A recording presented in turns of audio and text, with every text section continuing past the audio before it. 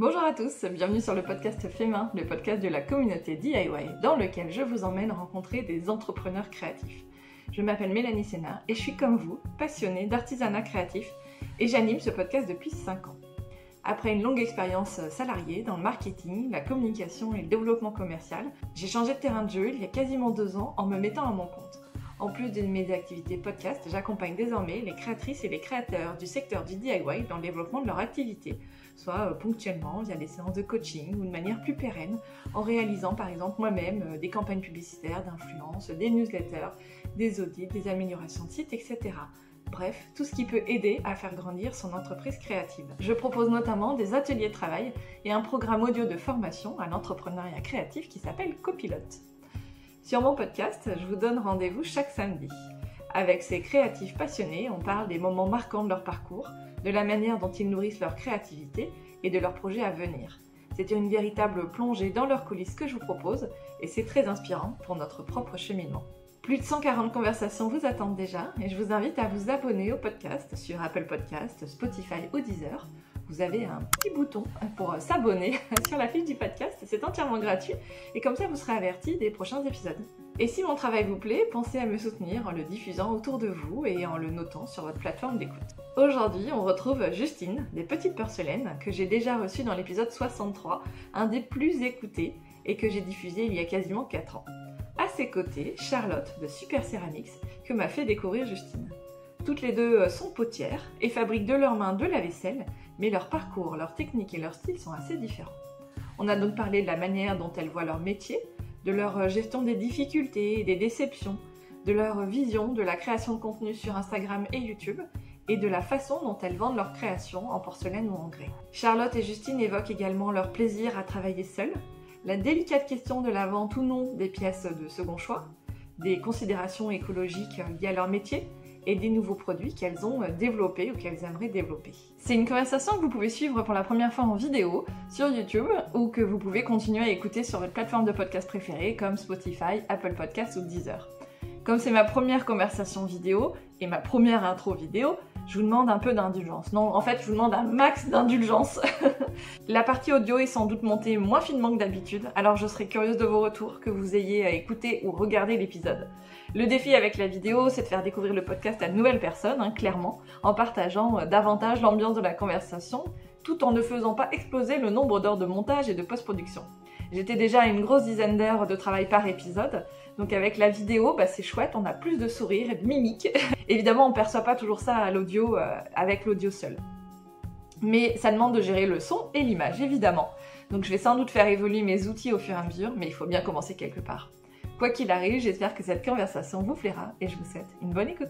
Bonjour Justine, bonjour Charlotte, je suis ravie de vous accueillir toutes les deux pour un épisode vidéo, pour une première, et puis un nouveau duo, toutes les deux céramistes. Donc Justine, on se retrouve. Oui. On avait déjà enregistré ensemble à l'été 2021. Ouais, Donc ça. on n'a pas du tout vieilli. Non, on n'a pas bougé. Et Charlotte, bienvenue. Bonjour. Est-ce que... Alors, Justine, je peux te laisser te présenter, puis après, Charlotte, je te laisserai te présenter également, s'il te plaît. Oui, déjà, merci de m'avoir réinvitée. C'est super sympa. Avec grand plaisir. Donc, Justine, je suis céramiste. Ma petite entreprise s'appelle Les Petites Porcelaines. Et je suis installée à Valoris depuis 2010. Et je fabrique de la vaisselle en porcelaine. Voilà. Très bien. Donc, Valoris dans le sud de la France. Exactement, sur la Côte d'Azur. Et toi, Charlotte? Et alors moi, Charlotte, céramiste aussi. Alors moi, je travaille le grès. Je fais aussi des objets de l'art de la table. Et je suis basée en Vendée. Et j'ai commencé mon entreprise vraiment de façon active en 2020. Donc ça fait 5 ans. Mais je vais bientôt déménager sur la côte en Bretagne, complètement à l'opposé de Justine. C'est pour nous, la Bretagne, oui. Alors, toi, Justine, ça fait déjà combien? Une bonne dizaine d'années que tu es à ton compte en tant que céramiste. Donc, Charlotte, un petit peu plus récent. Et puis alors Justine, donc si on veut en savoir un petit peu plus sur ton parcours, etc., j'invite les auditrices et les auditeurs à aller écouter l'épisode, qui est quand même le 2e épisode le plus écouté, je tiens à le signaler. Donc bravo Justine, tu as largement conquis les auditrices et les auditeurs de Fémin. Là, cette année 2024, elle a été exceptionnellement difficile pour toi. Tu peux nous raconter un peu? Oui, ouais, ça fait 15 ans. Je vais fêter les 15 ans cette année de l'entreprise. Et je pensais avoir un peu traversé, même si je suis quand même un bébé céramiste à 15 ans, mais je pensais avoir déjà traversé pas mal de galères. Et en fait, elles se sont toutes accumulées sur une année et des grosses galères. Du matériel défectueux, de l'émail qui dégouline alors qu'il ne devrait pas dégouliner, des fuites d'eau dans l'atelier, enfin vraiment de tout. C'est accumulé sur une année et ça a été, ça a été la pire année en 15 ans. Et pourtant, les premières années n'étaient pas faciles, mais là, les galères, voilà, je pensais avoir assez de recul pour justement pas rencontrer autant de galères en une fois, parce qu'on en rencontre de toute façon en tant que céramiste, un four qu'on ouvre et où il y a des ratés, on en a souvent. Mais là, quand même, il y en a eu beaucoup. Voilà. Bon, et comment... Alors j'imagine, j'allais dire comment tu as vécu ça. Forcément, il y a des moments où tu dois avoir envie de tout prendre et de jeter par la fenêtre. Comment tu arrives un petit peu à rester zen et à te dire ok, c'est juste un mauvais moment et ça va passer? Alors au début, quand on est au début de l'année 2024, j'ouvre un four, tout est raté. Bon, on a l'habitude dans notre métier d'avoir des déceptions. C'est vraiment notre métier. On fabrique une pièce, on ouvre le four, elle est cassée. C'est habituel. C'est horrible, mais c'est habituel. Donc les premières fois, ça va, je prends sur moi. Et puis en fait, plus les mois avancent, plus ça commence à devenir compliqué parce qu'aussi, financièrement, moi, quand je fais ma compta, je vois qu'en fait, tous ces désagréments, ça commence à bien se voir sur ma comptabilité. Alors que depuis 15 ans, j'ai mon entreprise, le chiffre d'affaires augmente. Et là, je me dis que la fin d'année va être compliquée. Et ça continue de s'enchaîner. Et le problème, c'est qu'à la fin, j'ai plus... Par exemple, moi, j'ai jamais ressenti l'envie de tout arrêter. Mon métier céramiste, même dans les galères et tout. Je sais que j'ai des amis qui ont déjà eu cette sensation. Moi, je l'ai jamais eu. Sauf là, en fin d'année, à un moment, je me suis dit, quand même, mais qu'est-ce que je fais là? Encore un four où vraiment tout était détruit. On était à la période de Noël. Et là, vraiment, je me remets en question. Mais en même temps, en fait, c'est un truc bête, c'est que je veux pas faire autre chose. Moi, j'ai fait ma formation au lycée. J'ai fait 6 ans de formation dans la céramque. Depuis l'âge de 14 ans, voilà, j'ai commencé. Je sais faire que ça, en fait. Donc, j'ai pas d'autre choix. J'ai pas d'autre. Ou alors, je vais faire un métier, mais qui correspond pas du tout à ce que j'aime ou ce que je veux faire. Donc, en fait, j'ouvre, c'est raté. Je pleure, je crie, je casse tout. Et puis, le lendemain, il faut aller travailler parce que c'est mon métier. Donc, je crois que c'est un peu ça. Et puis, bon, tu vois, par exemple, j'ai un émail sur lequel j'avais beaucoup travaillé, qui a dégouliné un peu du jour au lendemain. J'ai jamais réussi à comprendre pourquoi.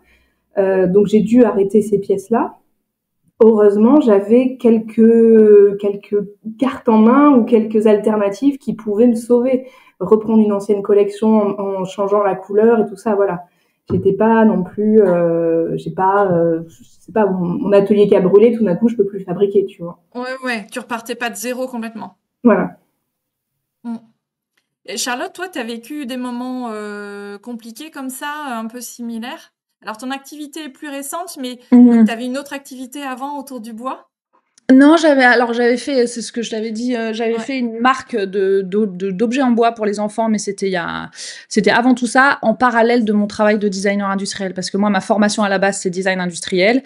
Et en fait, il y a 9 ans, quand j'étais enceinte de mon premier enfant, le congé parental en Allemagne était très long. Donc, j'avais plein de temps et je m'embêtais un peu parce que j'étais pas habituée à pas travailler aussi longtemps. Et j'ai décidé de commencer la céramique en hobby.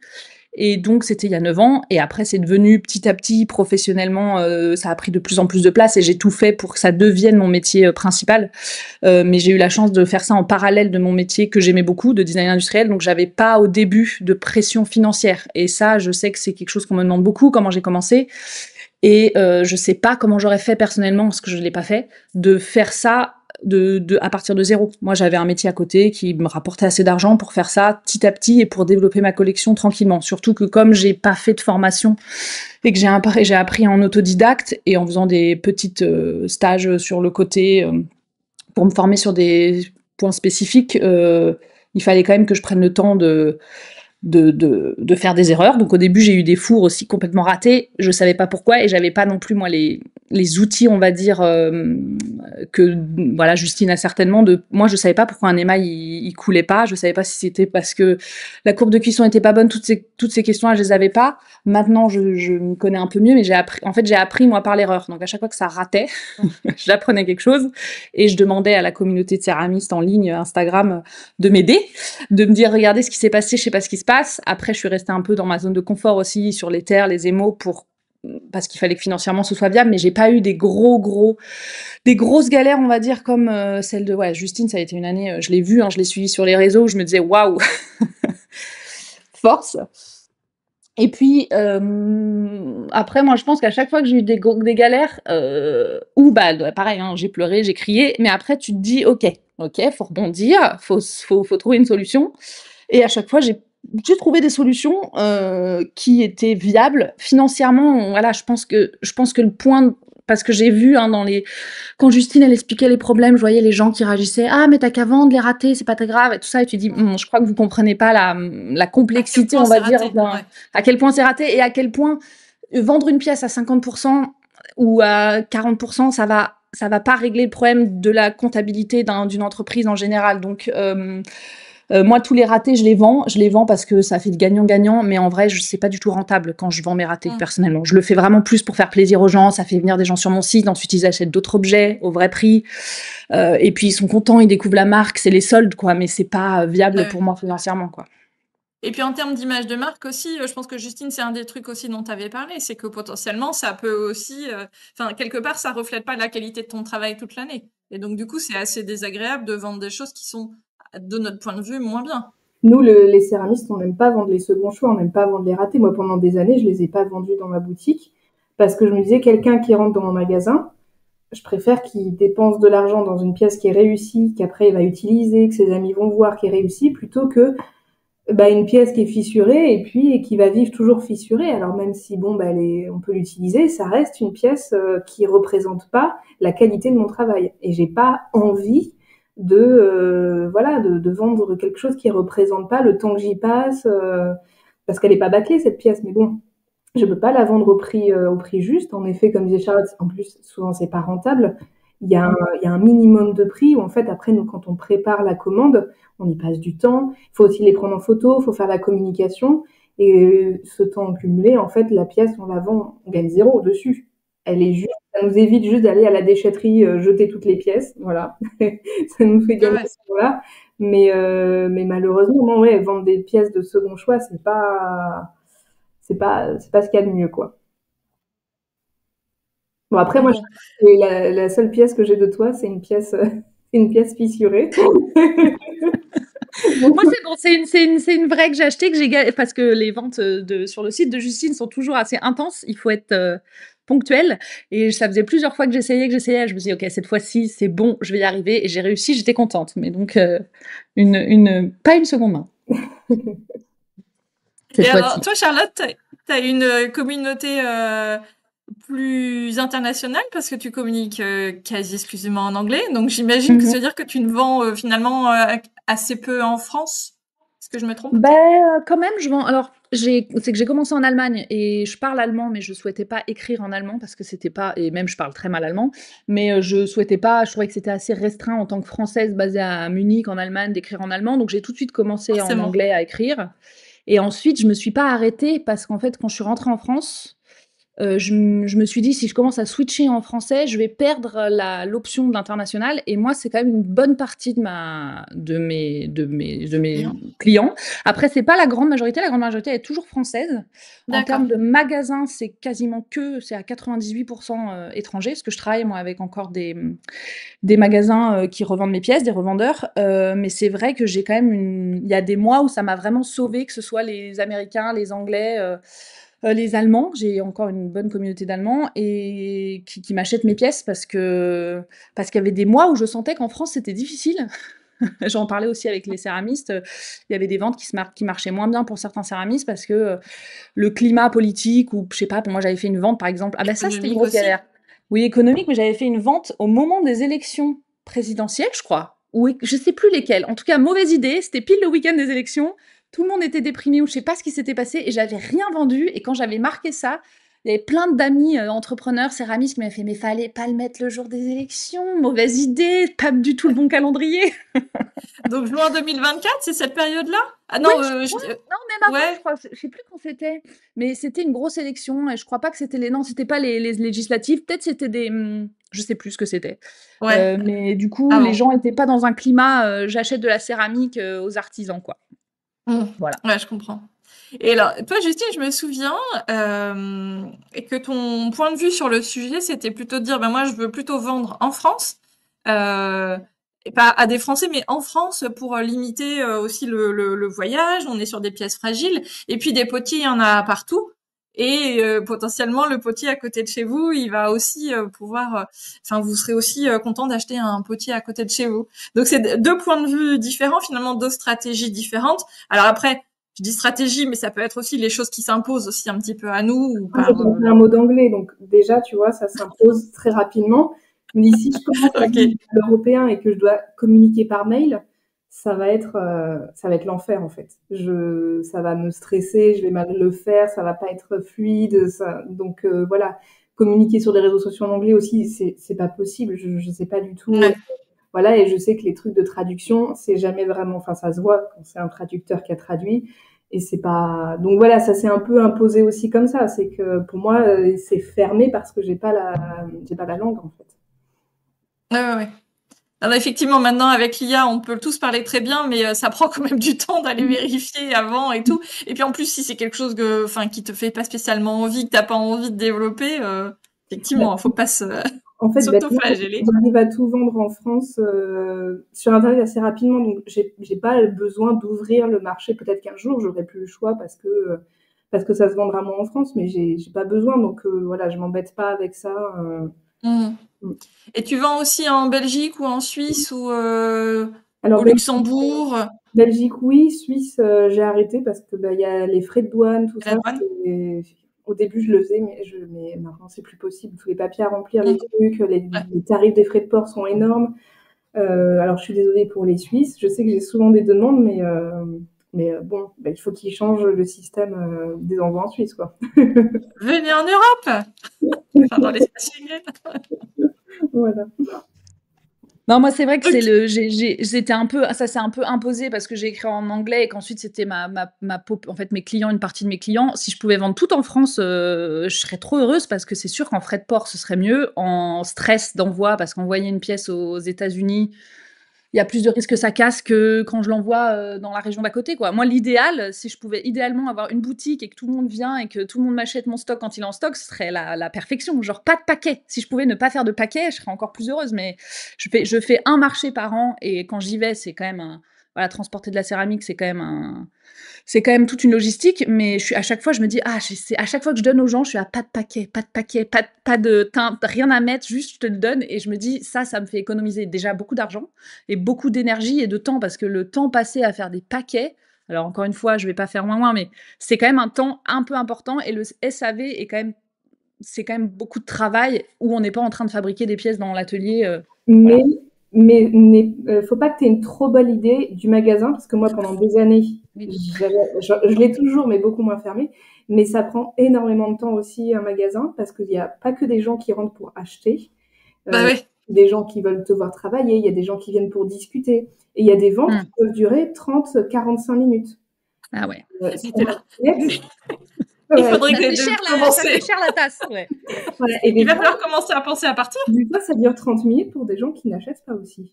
Donc, Ouais, ouais. ça prend aussi énormément de temps, la boutique. Les deux. Moi, je préfère la liberté de vendre sur Internet parce que je peux être en vacances et vendre. Des fois, j'ai une vente, hop, alors je suis en vacances. Et puis quand je rentre de vacances, je fais le paquet et tout. Le magasin, il faut aussi être là, avoir des horaires. Les gens, ils aiment bien. Voilà, il faut qu'ils puissent appeler pour savoir si on est ouverte. Hein, c'est aussi très contraignant. Il ne faut pas que tu aies une Mmh. image du magasin et de la facilité qu'il y a derrière. C'est vrai, j'avais pas vu tous les petits, défauts de cette perspective-là. Ou j'aurais juste, si j'étais la richesse d'avoir quelqu'un qui le fait pour moi, mais bon, Oui, ce voilà. serait pas Oui, viable financièrement là, je pense. c'est ça, parce que j'allais dire, tu peux aussi vendre dans des boutiques revendeurs, partenaires qui vont vendre pour toi. Mais là, tu vas laisser quand même Un pourcentage, ouais, tu une, laisses ouais. une part substantielle de ton prix de vente. Alors évidemment, après, c'est toute la question, voilà, à combien je vends sur mon propre site web versus la vente en boutique. Et il faut que ce soit aligné, parce qu'après, évidemment, les boutiques revendeurs ne sont pas tout à fait d'accord. Donc, oui, Mais ça, on rentre dans d'autres complexités. c'est pas si différent. Il y a quelques années, je l'avais calculé avec un copain qui était potier et qui ne travaillait qu'avec des revendeurs. Et j'ai calculé, moi, mes charges, juste la partie un peu boutique, le temps que ça me prend, tout ça. Et en fait, c'était à peu près la même chose. Finalement, parce qu'il y a de la communication, il y a tout ça. Bon, maintenant, on communique aussi sur les réseaux sociaux, mais quand tu fais appel à un revendeur, bon, il y a quand même des trucs compliqués, mais finalement, tu gères pas le moment où tu vends. Tu gères pas, genre, dépoussiérer la boutique. En fait, quand tu as une boutique collée à l'atelier, pour faire un peu propre, faut tout le temps dépoussiérer, faut tout le temps faire le ménage, faut bien présenter, faut mettre des fleurs, tu vois. Et puis, encore une fois, le temps que tu passes avec le client. Et finalement, c'est à peu près équivalent. Donc, Mmh. Moi, c'est vrai que c'est une question qu'on m'a souvent posée, pourquoi je travaille avec des revendeurs. Donc déjà, c'est une nécessité pour moi financière, parce que c'est quand même une bonne partie de mon chiffre d'affaires et c'est un chiffre d'affaires qui est assez, qui est déjà pour moi non négligeable. Je crois que ça doit être autour de 40 et en plus, c'est ce qui est agréable pour moi parce que je vends pas toutes mes pièces que j'ai en stock sur mon site, quand je fais un restock, tout se vend pas en un coup. Du coup, j'ai des objets qui restent en stock, alors que quand j'envoie à des revendeurs, je leur envoie et c'est bon, c'est fini, quoi. Je fais la commande qu'ils m'ont demandé, je leur envoie. En termes de logistique, pour moi, c'est une espèce de libération de me dire, c'est pas moi qui vais gérer ça, je vais pas me retrouver avec des tasses d'une certaine couleur, d'une finition que personne achète, c'est pas mon problème. C'est pour ça que moi je suis d'accord, enfin le pourcentage pris par la boutique par rapport à ses charges me convient. Après, moi chacun a ses conditions, mais moi j'ai des conditions assez particulières qui font que je travaille actuellement qu'avec une seule boutique en Allemagne, pardon, en France, à Rennes. C'est la seule qui accepte mes conditions. Sinon, toutes les autres boutiques, c'est à l'international parce que eux, ils peuvent augmenter les prix par rapport au fait qu'ils aient payé l'importation, tout ça, et donc ils vendent ces pièces un peu à la Made in France avec un prix plus important. Et du coup, on s'y retrouve, quoi. Et quand justement tu envoies les pièces et tout au magasin, t'as pas un peu cette angoisse parce que les pièces elles sont pas parfaites, d'avoir le commentaire du magasin qui les reçoit, qui les déballe, qui dit ah oui mais celle-ci elle est pas, tu l'as pas un peu? Ah si, si, et ça m'arrive quand même assez souvent, surtout que moi j'ai des photos que mon compagnon fait qui sont assez bien, et en plus, donc il rentre bien en photo. Et après, c'est vrai qu'on le sait, hein, une céramique, il y a des petits changements. Enfin, moi, je fais pas des pièces qui sortent d'un moule parfaite, même si elles sortaient d'un moule. D'ailleurs, je connais des céramistes qui ont les mêmes problématiques avec les revendeurs. C'est que en photo et ensuite quand tu l'as en vrai, je sais pas, le poids, la couleur de l'émail, tout peut varier. Et j'ai des retours, hein, alors moi, c'est dans mes conditions, c'est-à-dire que les gens peuvent me renvoyer des pièces, ils doivent payer la livraison. Donc souvent, comme c'est à l'international, ça les empêche un peu, ou alors là, j'ai un client en Chine, je viens juste de recevoir un mail où il n'est pas content avec certains des détails, c'est-à-dire qu'il y a sur le dos d'assiette, par exemple, il y a une petite coulure, et lui il considère que cette coulure, c'est un défaut qu'il n'accepte pas. C'est quelque chose qui est marqué dans mes conditions, mais dans les conditions, il y a marqué si vous n'êtes pas satisfait, renvoyez-le moi. Et ça, c'est toujours un stress parce que le temps qu'elles reviennent, je les ai pas en stock, peut-être elles vont se casser. C'est surtout l'envoi, moi, qui me stresse. C'est l'envoi maintenant, ça y est, j'arrive à plus avoir de casse quasiment, mais là, sur un nouveau pays, par exemple, là, c'était la Chine, c'était la première fois, et il y a eu une casse, je crois, donc ça va. Mais c'est toujours, voilà, c'est un objet perdu, quoi. C'est un objet que je peux pas vendre, que lui peut pas vendre, et que je dois en plus rembourser. Donc, on va dire que j'aimerais, enfin, ouais, c'est un peu galère.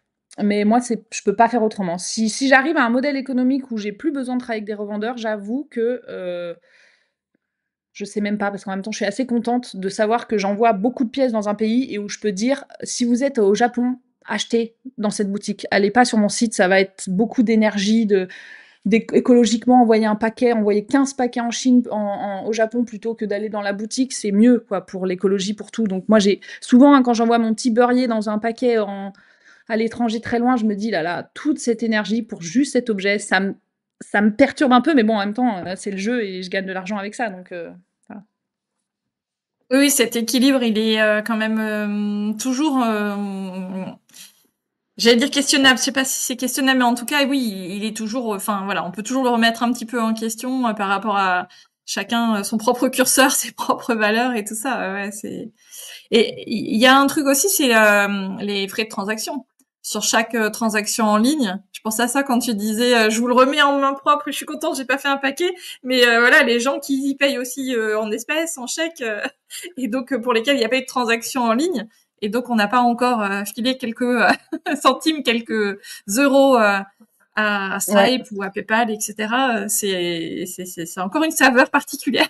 c'est vrai, c'est vrai. Même s'il y a il y a des frais, hein, sur tous les systèmes enfin de transactions par carte de crédit, il y a un pourcentage à chaque fois, même en marché ou quoi, qui est pris, hein. Après, c'est pour ça que je disais, il y a vraiment que le virement Il y a que direct le ou virement, ouais, c'est vrai. le chèque, ça fait de la paperasse à faire, mais voilà, il n'y a pas de frais, contrairement à toutes les autres transactions en ligne, ouais. Ouais. Enfin, Mmh. en ligne et effectivement avec le TPE sur les marchés. Bon, là, on a commencé par les galères, mais il y a plein de choses formidables.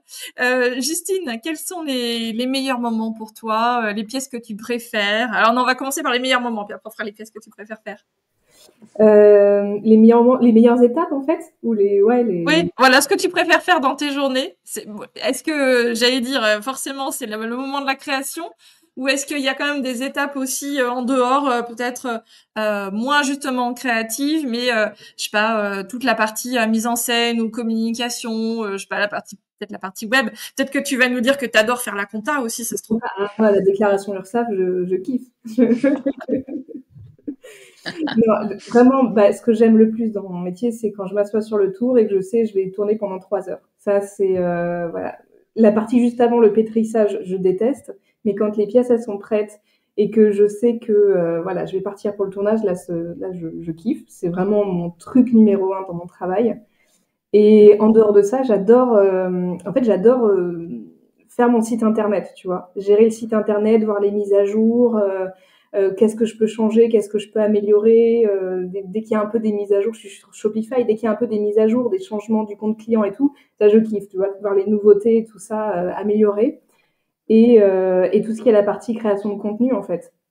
Des fois, me tourner en vidéo quand je suis un peu dans mon monde, des fois ça m'embête un peu, mais la plupart du temps, voilà, imaginez, ah tiens, aujourd'hui je vois bien, je vais faire ça comme vidéo, je vais me filmer à tel moment, tel moment. Le moment du montage, j'aime bien aussi monter la vidéo pour voir après le rendu. Et puis tout ce qui est lié aux réseaux sociaux, voilà, le moment où je publie, je vais commencer à avoir les premiers commentaires. C'est un truc que j'aime bien. Je sais que pour beaucoup de gens, c'est un peu le truc, ah c'est vrai, il faut que je publie. Moi, c'est dans mon quotidien, je sais que je dois faire une publication quand j'en ai envie, hein, il y a des jours où je le fais pas. Et quand je la fais, voilà, c'est quelque chose que j'aime bien monter les vidéos. Mm. Et tu montes sur ton téléphone ou sur ton ordi? Non, sur mon téléphone. J'ai essayé, parce que je monte avec CapCut, et j'avais essayé sur la tablette, j'avais essayé sur l'ordi, mais en fait, avec le téléphone, l'écran il est tout petit, donc en 2-2, tu vois, tu vas de l'un à l'autre. Je trouve ça. Ah oui, oui, justement, moi c'est trop petit. Je pense qu'on a une dizaine d'années de différence et du coup, moi, c'est trop petit et je me dis, ah là, ça m'énerve. J'ai un gros Je passe sur téléphone. l'ordinateur. J'ai un gros téléphone, donc ouais, ça me gêne moins. Ok. Et toi, Charlotte, tes moments préférés? Bah, moi, je Les crois que mêmes? c'est pareil, c'est vraiment la même chose, c'est fabriquer. Alors moi, mon moment vraiment préféré, je pense, c'est quand je dessine, sur les pièces. C'est assez simple, j'ai pas parce que quand je fabrique les pièces, je peux faire un peu des erreurs ou mais le moment où je dessine juste mes carreaux comme ça, c'est très méditatif. En plus, je pense qu'on a vraiment un métier de luxe parce que alors moi, je suis très envoyer des vocaux à des amis et écouter des vocaux qui sont vraiment comme des podcasts parce que c'est 20 minutes que j'envoie. Donc je peux appeler les gens, je peux envoyer des vocaux, je peux regarder un film, je peux regarder des séries pendant que je fais ces pièces-là et quand je fais ça, je me dis: «Mais quel luxe j'ai de faire un métier où je peux regarder ma série en travaillant». Je veux dire, c'est très rare. C'est-à-dire que moi, il y a personne qui peut rien me dire et ça ne m'empêche pas de travailler de façon, efficace puisque je fais des choses assez, répétitives. Même Donc mieux. c'est mes moments préférés Moi, à je trouve l'atelier. qu'on travaille mieux justement quand on écoute quelque chose, quand on fait quelque chose, parce que Ouais. c'est très automatique.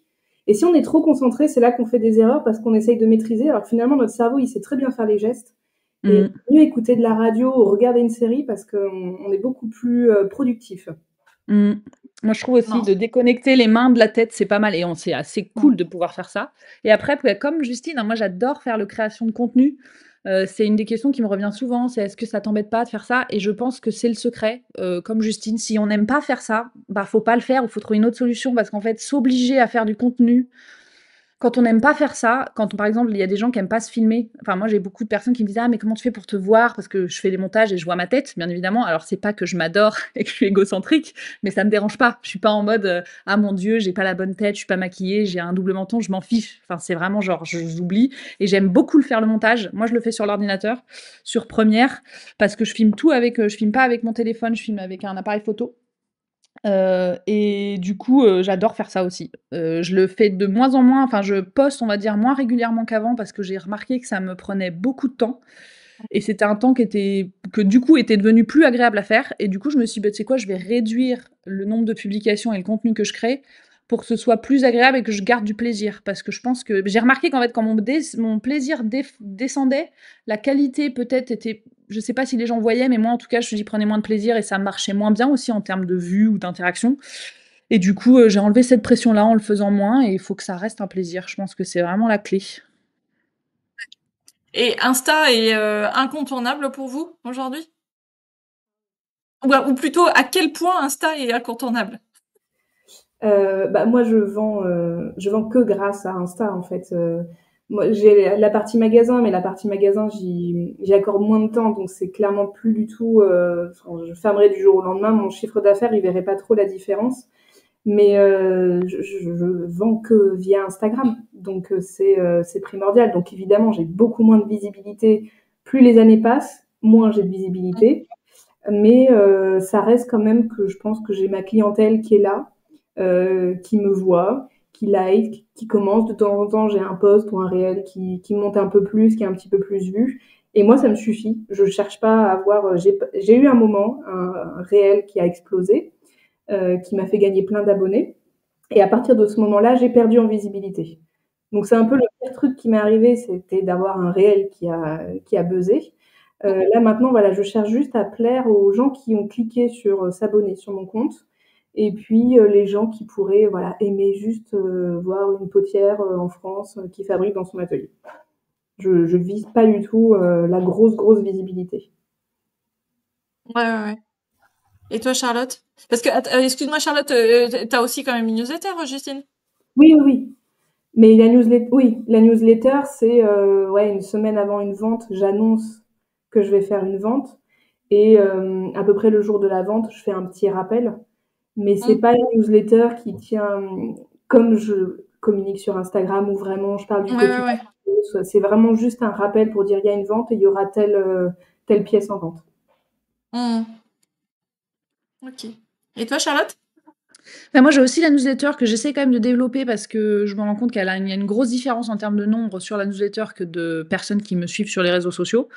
Donc j'essaie de la développer parce que j'ai quand même un peu peur parfois que, je sais pas, je me fasse hacker mon compte, je touche du bois, que ça arrive pas ou que, je sais pas, Instagram s'arrête ou que je m'y sente plus confortable. J'avoue que j'ai eu un gros questionnement au moment où il y avait, des histoires avec Mark Zuckerberg qui est quand même le propriétaire et Meta et je me suis vraiment rendu compte que j'étais vraiment, dépendante de cette plateforme Mmh. et la dépendance m'a un peu stressée, j'avoue, parce que je me suis dit: «Bah, quand on est dépendant de quelque chose, c'est pas forcément bon, professionnellement». Après moi, j'ai les revendeurs, donc je me dis: «Bon, j'ai ça», mais ils me trouvent je fais pas de démarchage, donc ils me trouvent quand même grâce aux réseaux sociaux, enfin grâce à Instagram. Moi, je me suis développée un peu plus sur Pinterest en ce moment. J'essaie de développer Pinterest parce que c'est une autre approche et c'est pas un réseau social et c'est quelque chose d'autre. Parce que j'avais remarqué qu'il y avait beaucoup de clients qui venaient alors que j'avais posté il y a hyper longtemps quelque chose, un peu mal, enfin sans y réfléchir et qui avait fonctionné. C'était un beurrier, rayé qui avait vraiment, popé sur un vraiment j'avais pas du tout contrôlé et beaucoup de gens venaient grâce à ça.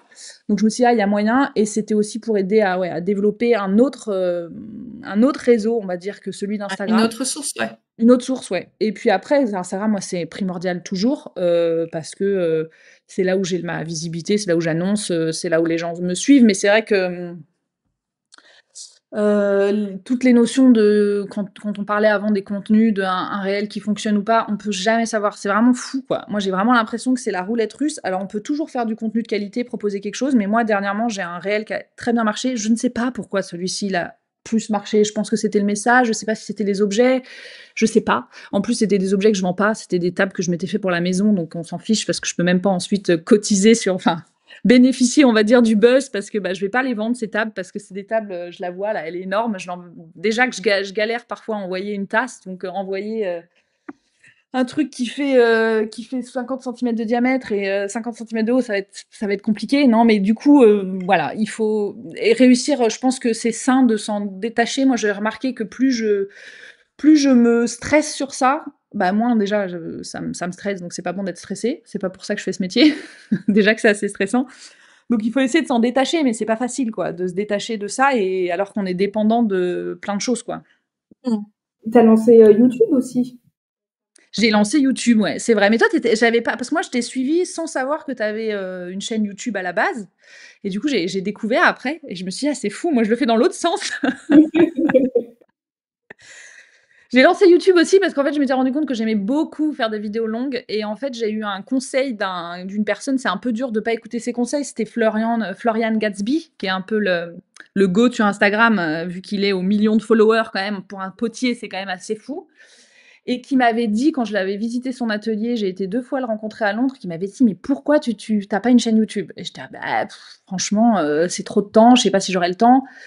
Et comme il me l'a dit 2 fois, je me suis dit, je vais l'écouter. Vraiment, aujourd'hui, je ne sais pas si c'est que ça a je sais pas si je vais continuer, pour tout avouer, parce que c'est beaucoup de temps de monter une vidéo en fait, je m'étais pas rendu compte que déjà que je mets 1 heure et demie à monter une vidéo d'1 minute 30, mais là, à monter des vidéos de 20 minutes, 25, ça veut dire beaucoup plus de temps de montage. Je passe quasiment 1 journée et demie de montage, et 1 journée et demie à monter une vidéo, c'est bête, puisque je suis pas 1 journée et demie dans l'atelier à fabriquer des céramiques, quoi. Donc je sais pas si c'est viable, mais j'aime bien le faire aussi, donc je sais pas ce que je vais faire avec YouTube. Et toi, Justine, t'en es où? J'avais essayé un moment parce que j'aime beaucoup aussi le format sur YouTube, surtout qu'il y a vraiment sur Instagram cette espèce de truc, voilà, d'algorithme qui peut te bloquer, et tu te dis bon, je vais pas faire une vidéo de 3 minutes, 5 minutes parce que voilà, les gens de toute façon ils sont là pour scroller, alors que YouTube on a l'impression qu'il y a plus de temps. Et j'ai essayé de revenir parce que je sais pas, il y a 10 ans j'avais lancé les vlogs ateliers, voilà, je me montrais à l'atelier et tout. Le problème c'est que je prends déjà du temps pour filmer pour Instagram, et que le truc très bête, c'est que c'est pas le même format. Je pourrais me filmer toute la journée, voilà, et puis me dire bon, cette partie-là, je la garde pour Instagram et l'autre pour YouTube. Mais non, en fait, il faudrait que je change. En plus, je le filme avec l'appareil photo, donc il faudrait que je le. Enfin, Ouais. c'est super galère. Et de mettre les deux, je sais très bien, je vais en faire un. C'est ce que j'ai fait. Hein. J'ai fait, à un moment, j'étais revenue, j'avais fait 1 ou 2 vlogs ateliers, et puis 1 an après, il y en a toujours pas qui sont revenus. J'avais essayé TikTok aussi. Voilà, je m'étais mise sur TikTok, et en fait, ce que je publiais sur Insta, je le mettais sur TikTok. Et j'ai quelques vidéos qui ont bien marché. J'ai, je crois, 8000 abonnés là-bas, et puis en fait, j'ai arrêté de publier parce que ça reste TikTok quand même. Je suis pas. Alors, j'aime beaucoup aller sur TikTok, mais voilà, je suis pas fan de l'image de la plateforme. Mais bon, moi, j'ai mon compte là-bas. Si en effet il y a un problème sur Instagram, je suis un peu sur TikTok aussi. Et puis personne ne prendra mon nom sur TikTok aussi. Ouais. Bon. En tout cas, ça reste toujours compliqué. Moi, vraiment, alors je suis à mon compte depuis moins longtemps que vous, et puis on fait pas le même métier. Mais moi, je me dis finalement, les 2 choses les plus difficiles dans l'entrepreneuriat, c'est trouver des clients, donc communiquer, se rendre visible, etc. Et puis la deuxième chose, c'est s'organiser. Le reste, c'est des compétences qui peuvent s'apprendre au fur et à mesure, ou voilà. Mais c'est pareil sur la question de l'organisation. On a allez, au mieux 7 heures de travail un peu productif dans notre journée. Et quand je dis 7 heures, en réalité, évidemment, c'est beaucoup moins parce que il y a plein de choses à faire en dehors de vraiment purement la partie production, création. Donc c'est ça qui est compliqué, c'est aussi de se dire, en fait, j'ai un temps limité pour être productive au sens large. Et je peux pas agrandir ce temps-là. Donc il faut que tout rentre. Donc c'est ça aussi qui est difficile, hein, c'est de jongler entre tout ce qu'il y a à faire. je sais pas s'il y a une solution. Et là, pour le coup, les IA vont pas forcément. Moi, dans mon métier, il y a des choses. Enfin, et dans la partie communication, par exemple, il y a des choses où on peut se faire aider, mais de toute façon, il y a plein de choses pour lesquelles il va falloir qu'on continue à faire de nos mains Moi, ce que je et trouve avec notre tête. galère un peu avec notre métier, c'est qu'on a les mains sales. On a les mains dans la terre, et souvent on a les mains mouillées. Et si je veux changer de plan, de caméra et tout, par exemple, quand je suis en train de tourner, si je suis en train de tourner de côté, mais là, ce serait quand même plus intéressant de filmer du dessus. Je peux pas aller arrêter de filmer, me laver les mains, changer la caméra. Il y a quand même des limites, quoi. Tu peux le faire, mais en fait, dans ce cas-là, tu produis plus rien dans la journée. Ou alors tu te dis pendant Ouais, ouais, ouais. une journée par semaine où c'est focus sur les vidéos et vraiment tu te dis je produis rien, je fais que de la vidéo. Mais je pense que Charlotte, on est un peu pareil. C'est que nous, ce qu'on aime partager, c'est le quotidien de l'atelier. Et le quotidien de l'atelier, c'est fabriquer des pots. C'est pas filmer des vidéos. Voilà, on n'est pas des producteurs de vidéos. On aime juste partager, même si la vidéo est pas parfaite, pas super bonne qualité. Là, c'est un peu, voilà, on n'est pas apprêté, on a le tablier qui est dégueu. C'est pas grave.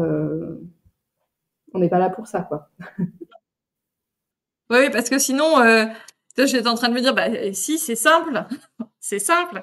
Il faut que tu aies effectivement ton setup avec une caméra en haut, une caméra, enfin, tu vois, genre deux caméras comme ça sur toi. Et puis là, bah, une en format effectivement vertical, un autre horizontal, enfin, toi, portrait paysage. Et puis après, tu vas qu'à tes occupations. Mais bon, ça te fait des heures et des heures. Et puis, voilà, encore comme tu dis, t'es pas productrice de vidéo, quoi. T'as autre chose à faire. Mais je l'ai, ça. J'ai mon nouveau trépied que j'ai acheté pour pouvoir filmer du dessus. Je peux mettre donc la barre en horizontale et fixer. Oui, mais il faudrait avoir plusieurs appareils. Voilà, alors je m'étais dit, bah, pour Instagram, je filme avec l'appareil photo. Et pour YouTube, où c'est, je trouve, un peu moins grave d'avoir de la moins bonne qualité, je filme avec le téléphone. En paysage, tu vois. Ouais. Et puis après, je dis, attends, je suis potière, c'est pas grave, hein, je commence pas à... Enfin, voilà. Donc, Ouais. j'ai pas fait. Et alors ça a donné quoi les nouveaux produits que tu as lancés aussi ces derniers mois? Tu avais donc la fontaine d'émaillage, le tablier, donc à chaque fois des produits qui là sont pas quelque part directement pour tes clients particuliers qui viennent t'acheter des pièces de vaisselle, mais qui sont pour des personnes qui font le même boulot que toi, qui sont des céramistes, des potiers. Donc là, ça te fait une cible différente. C'est parce que c'est la demande en fait que les gens te faisaient, qui t'a fait te dire qu'il y avait ce marché-là qui pouvait s'ouvrir aussi à toi? Oui, c'est ça. C'est principalement la première chose, c'était la demande. C'est-à-dire que je me suis cousu un nouveau tablier, je le montre, je dis je l'ai fait comme ça, là j'ai fait ça et tout. Ah mais attends, c'est quoi ton patron? C'est vends-nous ton patron, vends-nous le tablier et tout. Bah ouais, mais moi je suis potière. Et pareil pour la C'est fontaine. notre métier. C'est que, alors la fontaine d'émaillage, c'est un peu lié aussi avec le fait que je fais de la monocuisson, donc je cuis mes pièces qu'une seule fois. Et pour pouvoir faire ça, je suis obligée d'émailler avec cette fontaine d'émaillage. Et je sais qu'il y en a plein de céramistes qui ont envie d'essayer la monocuisson. Et qui donc, la fontaine d'émaillage, ça les intéresserait quand même vachement. Et donc, au début, bah voilà, j'avais plein de gens qui me disaient, mais comment t'as fait? Alors des fois, j'essayais d'expliquer un peu et d'envoyer les liens où j'avais acheté la pompe, le truc. Et en fait, il y a des gens, Charlotte, je crois que tu m'avais dit, ouais, moi j'ai un peu la flemme de fabriquer le truc. Bah ouais. S'il est tout fait, s'il est tout fait, c'est plus simple. Et, et en même temps, pour parler finance, je trouvais que c'était intéressant parce que ça pouvait me permettre d'augmenter mon chiffre d'affaires sans pour autant me prendre plus de temps, entre guillemets. Parce que moi, je suis arrivée à une limite où en fait, je ne peux plus gagner plus parce qu'en fait, mon temps, c'est bon. Tu peux pas produire plus. Max, quoi, voilà, à part augmenter le prix. Et sauf que la fontaine, ça ne fonctionne pas parce que je n'ai pas réussi à déléguer. Donc j'ai réussi à acheter un truc tout fait que je bricole et tout. Mais en fait, le bricole et tout, sur 30 fontaines que j'ai fait, ça m'a pris une semaine. Donc en fait, c'est pas rentable. J'ai dû les vendre déjà à un prix qui est quand même assez élevé. Et en fait, c'est pas rentable. Et j'ai pas réussi pour l'instant à trouver d'usine qui les fabriquerait. J'ai démarché plusieurs choses, mais c'est pareil, je sais pas. Moi, je vais sur Google, je dis usine de bassines en métal, tu vois. Enfin, je sais pas par où chercher. Donc, Ouais, ouais. 2024, ça a été tellement les galères qu'à un moment, j'ai dit: «Bon, les fontaines, Mmh. je mets de côté, je referai ça, voilà, j'ai peut-être quelques pistes ailleurs, on verra». Mais ça me fait un peu mal au cœur parce que j'adore cet outil. Moi, quand je l'utilise, je trouve ça tellement pratique et que des fois, quand je vois des céramistes qui émaillent et qui vident, je dis: «Ah mais utilise une fontaine, c'est tellement plus pratique». Donc voilà, c'est pour ça que j'aimerais bien en fait pouvoir les proposer, et le tablier et ben, en fait, c'était une couturière, enfin c'était en tout cas l'entreprise j'avais déjà, travaillé avec elle pour des petites charlottes, pour mettre sur des plats. On avait travaillé ensemble. Entre-temps, elle a changé, donc c'est la même entreprise, mais la couturière a changé.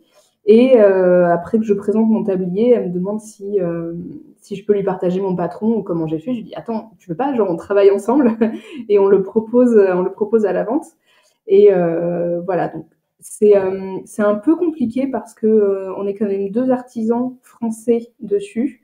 Donc au niveau rentabilité, en fait, bon, bah, elle fabrique, donc elle, il faut qu'elle gagne quand même de l'argent. Moi, en gros, je fais rien. Je fais la communication, j'ai créé le modèle, bon, voilà. Mais Ouais. C'est c'est pas tout à fait rien non plus. oui, voilà, je fais pas tout à fait rien, mais j'y passe pas des heures. Ouais, Et, ouais, ouais. et c'est pas ce qui va augmenter mon chiffre d'affaires. Il faudrait que je les fasse fabriquer peut-être au Portugal en grosse quantité pour vraiment gagner de l'argent dessus. Ouais, Mais ouais, c'est ouais. un plaisir de me dire, tu vois, s'il y a un céramiste qui va avoir un beau tablier, qui soit pratique pour tourner et tout, voilà, de proposer un objet qui pourrait convenir parce qu'en tablier de céramiste, un peu sympa, fendu et tout ça, qui défonce pas la nuque des potiers, il y en a pas énormément sur le marché. Ouais. Bon, des bonnes idées, mais finalement, sur l'exécution, tu étais quand même assez loin de ton métier et tout ce temps de non-production, il est très difficilement rentable. C'est ça qui est difficile aussi, c'est à un moment donné d'investir sur quelque chose qui n'est pas aujourd'hui commercialisable et que tu sais que potentiellement tu n'en auras les fruits en euros, sonnant et trébuchant, que dans quelques mois au mieux, et si ça fonctionne. Et il y a des choses qui ne fonctionnent pas. Ouais, et ce qui est frustrant, c'est que surtout c'est des alors sans me vanter, mais c'est des bons produits. La fontaine d'émaillage, enfin, c'est trop bien comme système. Alors moi, j'ai rien inventé, hein, j'ai vu d'autres céramistes utiliser et puis je l'ai remis, à ma sauce. Mais enfin, tous les céramistes devraient avoir ce truc, en fait. Ça c'est un gain de temps, on se casse plus le dos, moi, là, tu vois, j'ai 60 tasses, je sais qu'en 5 minutes, elles seront toutes émaillées. Enfin, c'est un gain de temps énorme. Tous les amis à qui Ouais. j'ai filé un peu le tuyau, et donc voilà, je trouve ça cool et tu vois, en même temps frustrant parce que j'aurais voulu que ça fonctionne et réussir à le faire, pas forcément que pour l'argent, pour, pour réussir, quoi. Ouais, ouais, pour le service aussi rendu, ouais, le besoin auquel ça répond. Mm. Et toi, Charlotte, il y a des produits comme ça où tu aimerais, donc qui ne sont pas directement des pièces de céramique, auxquelles tu te dis, ah, tiens, pourquoi pas?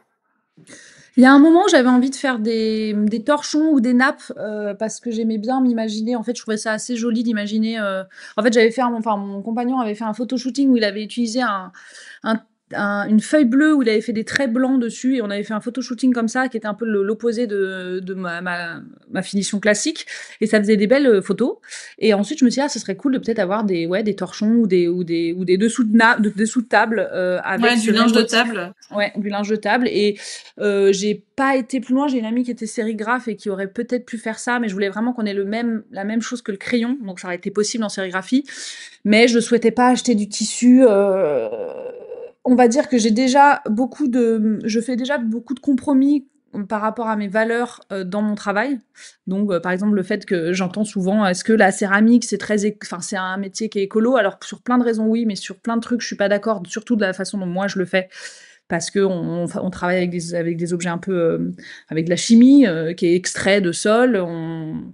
Moi, j'envoie des paquets très loin, donc ça coûte cher. Et du coup, je fais des compromis sur ça. Et je me disais, bon, si je fais un autre produit qui est pas forcément tout de suite, je le fais pas forcément pour l'argent, j'ai pas trop envie de faire des compromis. Donc, je voulais pas acheter du tissu qui est fabriqué je sais pas où, où Mm. écologiquement c'est nul. Et donc, je voulais glaner. J'avais ça comme projet. Parce que pour mon mariage, j'avais glané un peu les nappes en lin que j'avais trouvé à Emmaüs, tout ça. Et je m'étais dit: «Ah tiens, je pourrais le faire» et donc mais après logistiquement parlant, c'était assez énorme et encore une fois, c'est un problème de temps. Moi, je travaille un nombre, je trouve raisonnable d'heures. J'ai pas envie de travailler plus que ça. J'ai une famille, une vie, des enfants et j'ai pas envie de travailler plus donc je me disais: «Bah, si je dois faire enlever des» je trouve que nos vies, en tant qu'entrepreneurs et parents aussi, c'est un facteur quand même. Il y a Ouais. beaucoup de balles à jongler et je trouve que si je dois une balle doit tomber, ce sera pas la balle de la famille, les enfants et le temps passé de qualité, donc j'en fais sauter d'autres et donc souvent, c'est ces projets-là, j'ai des idées. Là, j'étais très contente de travailler sur des projets, de plus gros, par exemple, vraiment des objets plus gros. J'ai eu une demande sur les tables basses, sur des grosses lampes, sur d'autres trucs, mais en fait, j'ai un problème de logistique parce que ça voudrait dire des gros cartons, ça voudrait dire réfléchir à un envoi, des malles un peu en bois, tout ça et en fait, tout ça, c'est de l'énergie, et j'ai pas l'énergie, quoi. Si j'avais, je pense, une assistante ou quelqu'un avec qui je pourrais travailler, un assistant, on pourrait penser à ça, mais j'ai pas les moyens financiers d'avoir un assistant, quelqu'un qui m'aiderait à l'atelier, pour faire tout ça, quoi, pour me multiplier. J'ai déjà eu quelqu'un que j'ai eu ici, en fait, une voisine qui a travaillé chez moi, qui a été, ma stagiaire et que je reprends, qui est céramiste aussi et qui vient m'aider de temps en temps et on fait un échange de bons procédés parce que elle a besoin d'un four, donc elle cuit dans mon four, tout ça et quand elle est là, je me dis: «Waouh, c'est fou comme ça me multiplie mon temps par 2 parce qu'elle me produit elle prépare des pièces qu'ensuite j'assemble et où elle emballe tous les cartons et quand elle fait ça, je me dis: «Waouh, j'ai gagné 2 jours de travail grâce à elle parce qu'elle a emballé tous les paquets». Mais je pourrais pas la payer, quoi. Ce serait pas Ouais. possible, financièrement. Ce serait le rêve, mais Il y a un côté aussi, on parle souvent de la solitude un peu l'entrepreneur, et donc il y a ce côté aussi où on peut confronter nos idées, euh, quelle que soit la personne, et enfin et si possible que la personne soit pas notre conjoint, à qui on casse déjà potentiellement un peu les pieds ou voilà, tout dépend comment on l'appelle, enfin, à quel point on lui casse les pieds. Mais c'est vrai que c'est aussi hyper sympa d'avoir cet échange autour de notre activité, que ce soit centré sur nous, enfin sur nous, sur l'activité qu'on a développée, quoi, j'entends. Ouais, mais ouais, c'est à double tranchant, je pense, les deux. C'est bien aussi de se poser soi-même les questions, tu vois. C'est bien hein, de discuter ou même, tu vois, comme on le fait. Mais notre métier, en fait, on est tout seul. On sait qu'on est tout seul. Et tu vois, dans les galères que j'ai rencontrées, même si mon conjoint, il est là et que le soir, il me soutient et tout, quand tu ouvres le four et que tout est raté, t'es tout seul. Mm. Même si tu as du soutien, en fait, tu personne. C'est toi qui dois trouver les solutions.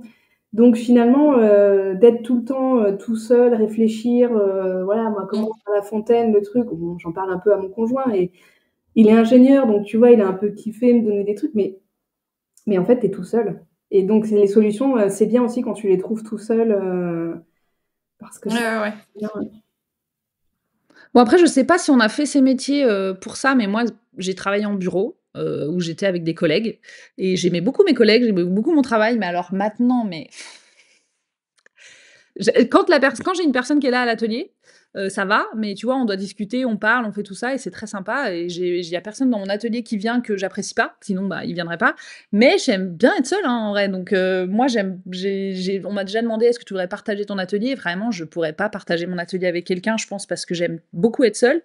Après moi, sur les histoires j'ai quand même l'impression que j'ai pas mal de personnes sur Instagram que je suis qui sont des céramistes, avec qui, que je vois comme des collègues et avec qui j'échange beaucoup. Donc c'est vrai que Mm. les galères de four, voilà, les galères qui t'arrivent, tu les subis tout seul et tu dois trouver des solutions tout seul.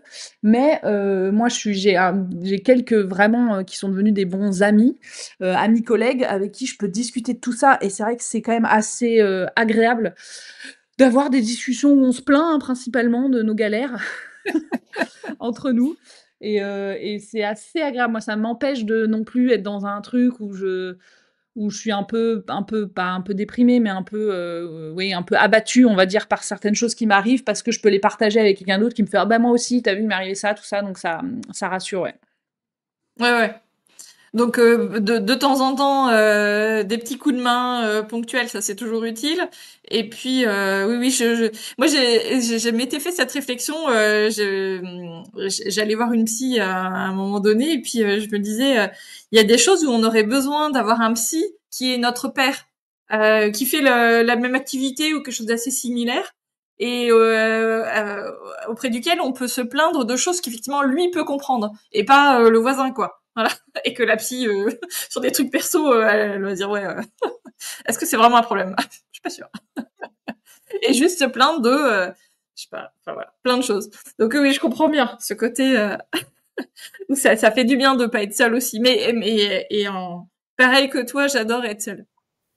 Ah, moi Donc aussi. ça me pèse pas. Ouais. Ouais. Moi, il y a un moment, quand mon entreprise marchait bien, qu'on me disait, mais pourquoi t'emploies pas quelqu'un et tout? Ouais. Mais moi, je vais être seule, en fait. J'ai pas envie d'avoir quelqu'un, même une semaine, un jour par semaine. Alors, pendant pas mal d'années, je prenais des stagiaires et c'était sympa, mais même si je m'entendais très bien, quand c'était fini le stage, j'étais contente de retrouver mon atelier, mon petit cocon où je suis tranquille. Et en plus, je suis beaucoup plus productive quand je suis toute seule parce que je suis pas Ouais. parler à quelqu'un, répondre.